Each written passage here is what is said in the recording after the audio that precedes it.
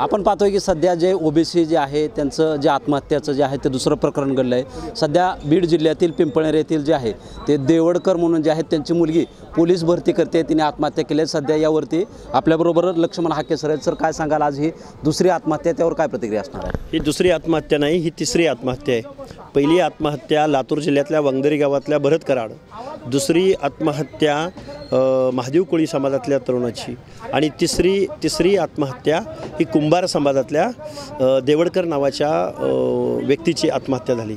या सर्व बळींना इथलं शासन कारणीभूत आहे।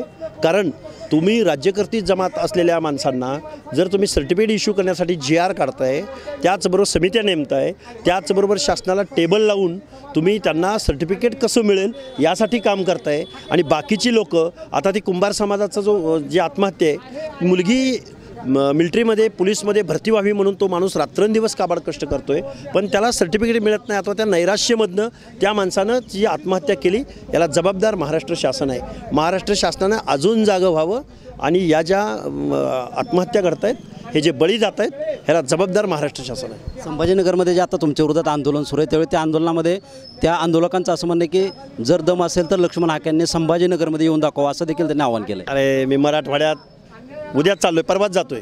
हिंगोलीला सभा आहे, बीड जिल्ह्यात अनेक सभा आहेत, अहिल्यानगर जिल्ह्यामध्ये सभा आहे। संभाजीनगरमध्ये येऊनच नाही, संभाजीनगरमध्ये मी मेळावा घेतोय, मोर्चा घेतोय। त्यामुळं एक काट्या कुऱ्हाडीची लढाई नाही, इथं संविधान आहे, डॉक्टर बाबासाहेब आंबेडकरांच्या संविधानाचं राज्य आहे, देश आहे। त्यामुळं काट्या कुऱ्हाडे भाले असल्या धमक्या आम्हाला देऊ नका। आम्ही गावगाड्यातली माणसं आहोत, हे कायद्याचं राज्य आहे, कायदा बघून घेईल। आणि तुम्ही आम्ही आमचं आरक्षण वाचलं पाहिजे म्हणून तुम्ही आम्हाला काय अशा धमक्या कुणाला तरी द्या तिकडं। लक्ष्मण हाके अशा धमक्यांना भीक घालणारा नाही, घाबरणारा नाही। उद्या बारामतीत चाललो आहे, बारामती जाऊन पोलीस स्टेशनला जाऊन सांगतोय गुन्हे काय दाखल करताय, अटक करा, जेलमधनं ही लढाई लढली जाईल। नक्कीच आपण पाहतोय की संभाजीनगरमध्ये जे आंदोलन सुरू आहे त्यावरती देखील लक्ष्मण हाके सरांनी प्रतिक्रिया दिली असून मी संभाजीनगरमध्ये येत असून त्या ठिकाणी मेळावा देखील घेतोय। उद्या मी बारामती या ठिकाणी जाऊन जे आहेत जे गुन्हे दाखल झाले आहेत ते मला अटक करावे अशी देखील मागणी यावेळी लक्ष्मण हाके सरांकडून करण्यात आलेली आहे। शीतलकुमार मोठे, TV9 मराठी, जुनोनी, सांगोला।